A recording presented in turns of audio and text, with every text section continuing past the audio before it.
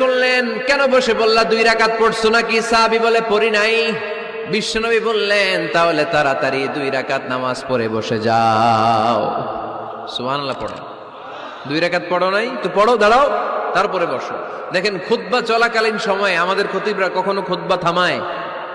কথা বুঝেন নাই? জুমার খুতবা আপনারা শুনেন না? খুতবা চলতেছে, ওই মুহূর্তে ইমাম সাহেবরা কখনো খুতবা থামায়? মাঝখানে কোনো ঝামেলা হইলে থামায় না। প্রথম খুতবা শেষ, বসে, তারপরে দ্বিতীয় খুতবা। খুতবার মাঝখানে কোনো থামাথামি নাই। কিন্তু আল্লাহর হাবিব সাল্লাল্লাহু আলাইহি সাল্লাম কেমন খতিব ছিলেন দেখেন। আল্লাহর হাবিব সাল্লাল্লাহু আলাইহি ওয়াসাল্লামের খুতবা দেওয়ার স্টাইল এন্ড অ্যাটিটিউড এবং আমাদের খুতবা দেওয়ার স্টাইল এন্ড অ্যাটিটিউড, আল্লাহ রাসূল সাল্লাল্লাহু আলাইহি ওয়াসাল্লামেরটা কত প্রাণবন্ত ছিল। আল্লাহ রাসূল সাল্লাল্লাহু আলাইহি ওয়াসাল্লাম সোসাইটি ওরিয়েন্টেড একজন পার্সোনালিটি ছিলেন, সমাজের মানুষ কেন্দ্রিক, খুব সামাজিক ছিলেন আল্লাহ রাসূল সাল্লাল্লাহু আলাইহি ওয়াসাল্লাম। তিনি দেখলেন একজন বসে পড়ছে, উনি খুতবা থামায় দিলেন। জুমার খুতবা থামায় বললেন,